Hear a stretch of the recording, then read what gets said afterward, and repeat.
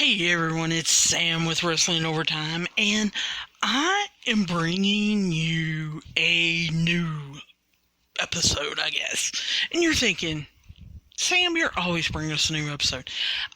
No, that's not what I mean. I'm adding Impact. We're gonna see how this episode of Impact Wrestling actually does. Someone wrote me at wrestlingovertime at gmail.com, said, hey, why aren't you covering Impact? And I thought to myself, well, why am I not covering Impact? It is night 2 of Rebellion, and I thought, might as well.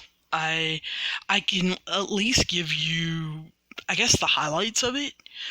I have not been in to Impact. I'm just going to be real honest with you guys. It's been hit or miss for me. I love watching Tessa Blanchard and Tommy Dreamer and Sammy Callahan and people like that. But I don't really get into a lot of their, I guess, minor players. However, watching it tonight, I was kind of intrigued a little bit.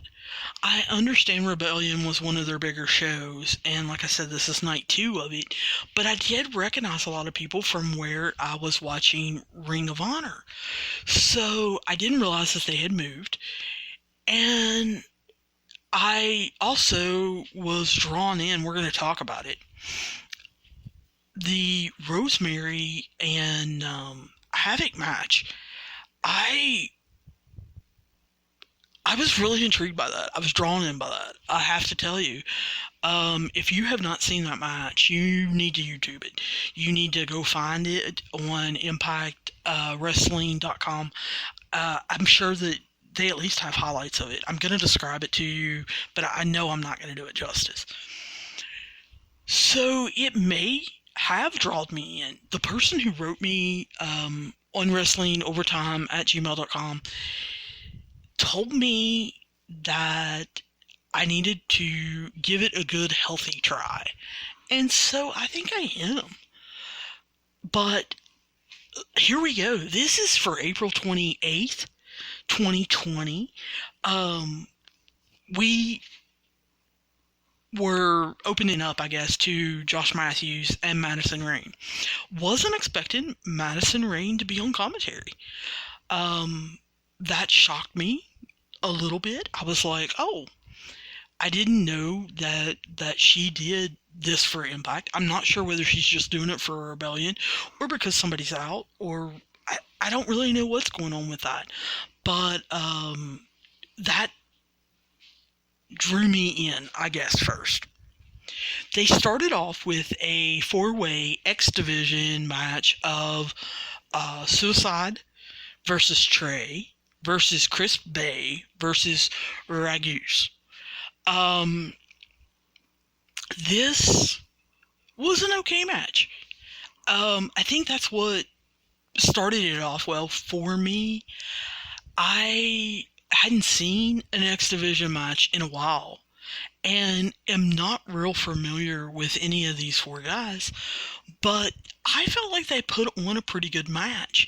And like I always say in previous episodes, a lot of times when you get 4, 5, 6, 7, 8 people in a match, there's a lot of laying around or hiding or waiting for my turn. There really wasn't in this match. They had really structured it good, I thought, where each of them were playing different parts. And there was even action going on, I guess, in 2 different directions. Where we were doing one-on-one on one side of the ring and one-on-one on the other side of the ring. And I think that was what kept me interested. Now, Chris Bay is the one that actually won the match after kicking Raju and just basically rolling him up. It was a little bit of a disappointment after it being such an active match, but the roll up was okay. It wasn't bad. And then we went to Josh Matthews, and he announced that both the Knockout Championships and the World Championships wouldn't be defended that night. Well, I already knew that. I had read an article, and I was doing research for a future episode about Tessa Blanchard, and I realized that because she had been caught in Mexico, that she had missed the Rebellion taping. And so I kind of already knew that going in. So when he said that, it wasn't a shock to me or anything like that. I knew enough about Impact, of course, to know that Tessa Blanchard was the world champion and everything. So he then explained that earlier in the day he had FaceTimed Tessa Blanchard and talked to her, and that he wanted to show what she had to say. And so we got Tessa on the screen apologizing for not being able to defend her title at Rebellion. That, of course, she looked forward to defending it soon against Eddie Edwards and Michael Elgin. And she seemed, when she said that, I don't know when that part was taped, like she really did mean soon. And of course, if you don't know, I just absolutely love Tessa Blanchard and enjoy her.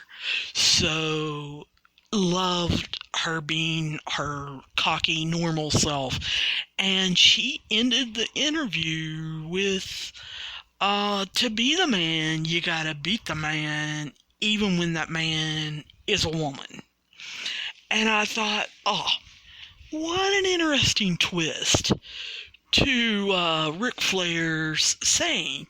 And I immediately thought, man, she delivers that line almost, if not better, than Charlotte Flair. And I thought, I like that. I hope she continues that as one of her kind of taglines. And then we got Joey Ryan versus Cousin Jake.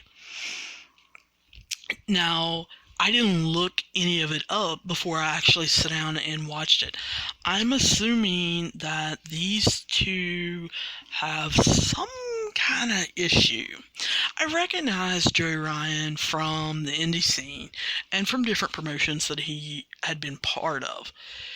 Threw me a little bit when they're introducing him as Joseph Ryan instead of Joey.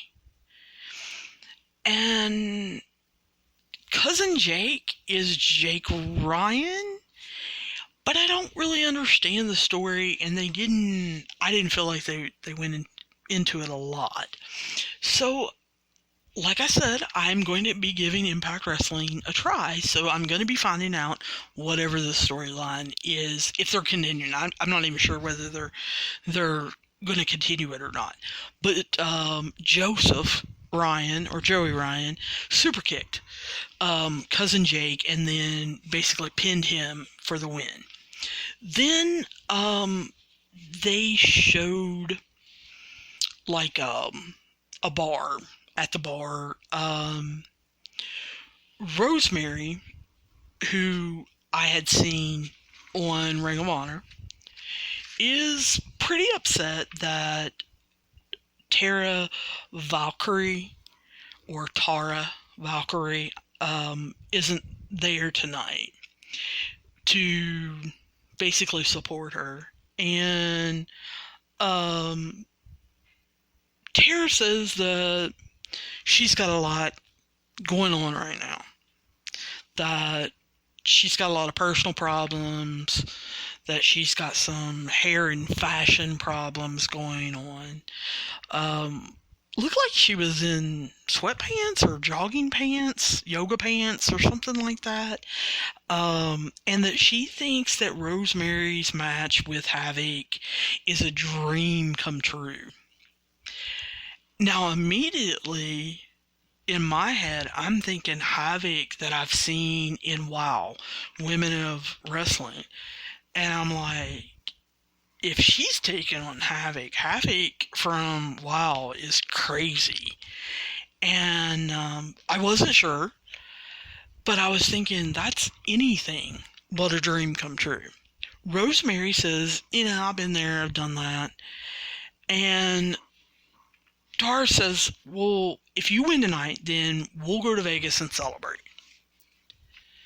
Well, that was a big clue to me that this had been taped, because I thought, when you planning on going to Vegas? Vegas is shut down right now.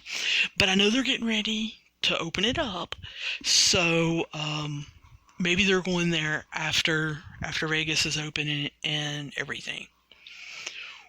We then come back from commercial, and it is Havoc versus Rosemary, and they're calling it Full Metal Mayhem.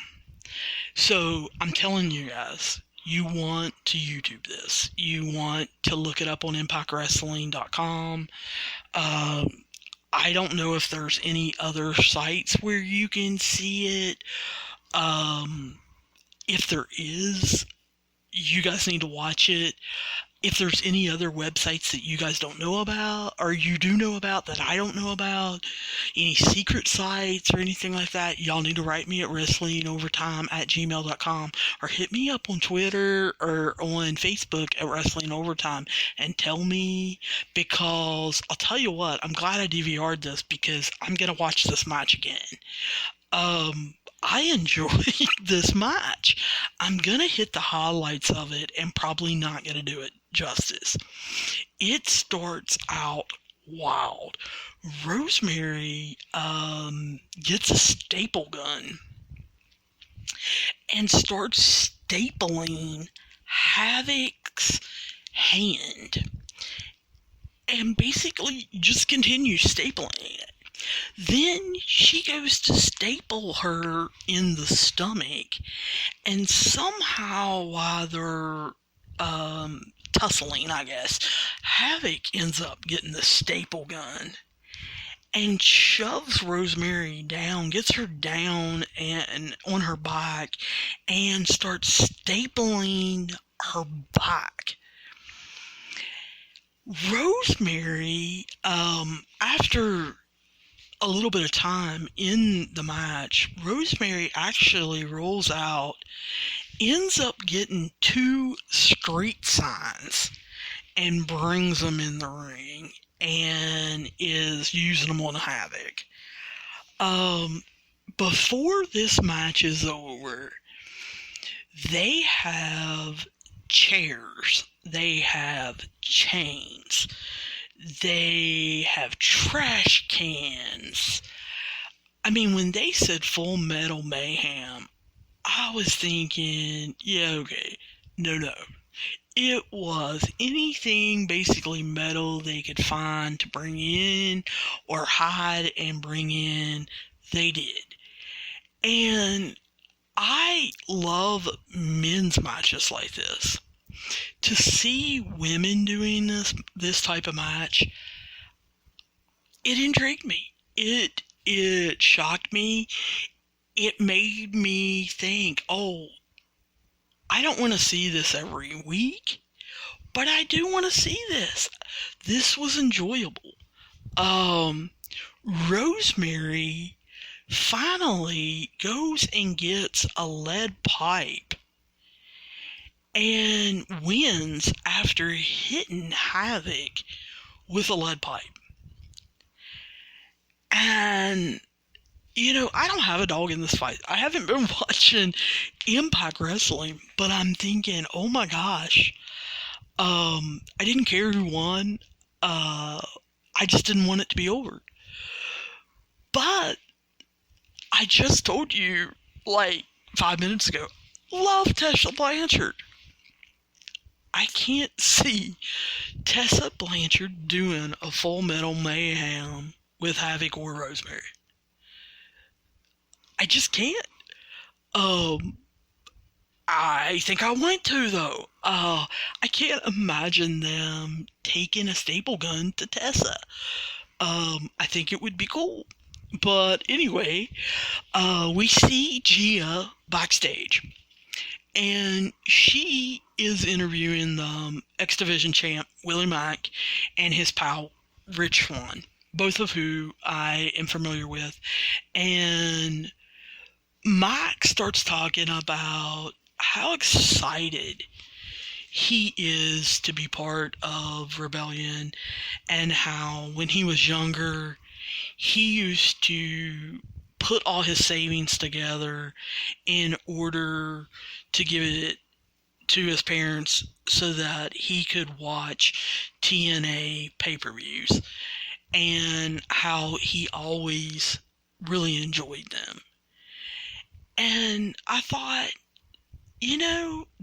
that's cool. I miss TNA. I got away from it when I got away from wrestling. I got away from all of wrestling, and I've told you guys in past episodes that I kind of regret that. And hearing him talk about being a little kid and everything, and wanting to watch wrestling that bad, it made me think I totally get that feeling. I agree with that. And they go to commercial, and then they come back, and Gia's still backstage, kind of walking around, and we get Michael Eglin. And Gia asks him about not being able to fight for the world championship. And his cocky demeanor, well, I don't even know if it was cocky. It was very confident, very matter of fact, I guess, about he absolutely hating that he couldn't beat up on Tessa Blanchard and Eddie Edwards and send them to the hospital and become the champion. And then he appeared to get borderline angry. And he talked about how he was looking forward to it really soon. And then they cut to a video package of Eglin's rise in 1 year.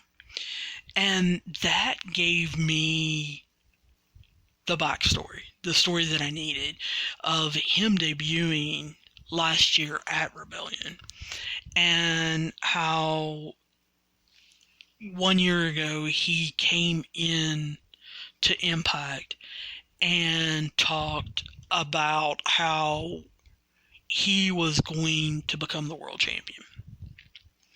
And so seeing the video package and the highlights of what he had accomplished in a year, I was like, oh, okay, I understand his feelings of it.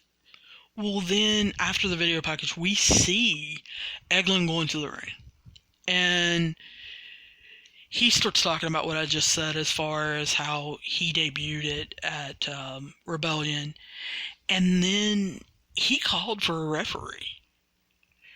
And then he grabbed Dave Pencer, who has been around wrestling for as long as I can remember. And he's the ring announcer, and he says, well, since both of you are here, he wants them to make a professional call and announce him as the world championship winner. And then Moose's music hits. And I'm just going to be real honest with you, not real familiar with him. But he's got like a robe tied up and everything. And as he opens it, he reveals that he's wearing the former TNA World Heavyweight Championship belt. And Eglin is basically laughing hysterically. He can't believe that Moose is got this on, And Moose says, well, he's beat several of the TNA originals, so he thinks he should be allowed to wear it. So then Hernandez's music hits, and he comes out, and they all three basically just start brawling. So they go to a commercial, basically, and it comes back, and that's the main event. They have Michael Eglin, Moose, and Hernandez, and I'm not real sure. They're going for the TNA World Heavyweight Championship title, which I'm not real sure is a title anymore. Now, I know that Moose had the belt. I totally understand that. I totally understand that they want to fight for this belt. What I don't understand, and I'm just showing my ignorance and telling you guys that I don't really get it. I'm not sure that you can have this title because I don't know that it technically is a title. TNA doesn't really exist. You're supposed to fight for the Impact World Championship belt, but I understand Tessa is in Mexico, so might as well, I guess, have a match for this. I was just like, okay, this is a crazy storyline, and like I said, I haven't watched Impact in a while, but in my head, I was thinking, daggone, this is a better storyline than a lot of the WWE stuff. So I kind of got into it. They had an okay match. It wasn't that great. You could definitely see that Eglin was, I thought, the better wrestler, the better performer. Moose, however, hit the no jackhammer needed on Hernandez, I guess, to win the belt, to win the title. That may or may not be a title. I don't know. But I enjoyed it. Like I said, really enjoyed Rosemary and Havoc. Am glad that one of our listeners told me to watch Impact, and that I chose this episode to watch. It just happened to be on this week. I am going to give it a try next week because they talked about how next week they're going to have Sami Callihan back. And like I said, I really enjoy Sami Callihan. I know that there are a lot of people out there that don't. They don't like his attitude, wrestling indies, and everything like that. He's one of those heels you love to hate. I, however, do usually enjoy Sami Callihan and have enjoyed his work with Tessa Blanchard. So I am excited that he's back, and that kind of makes me want to watch. The North are defending their world tag team titles next week.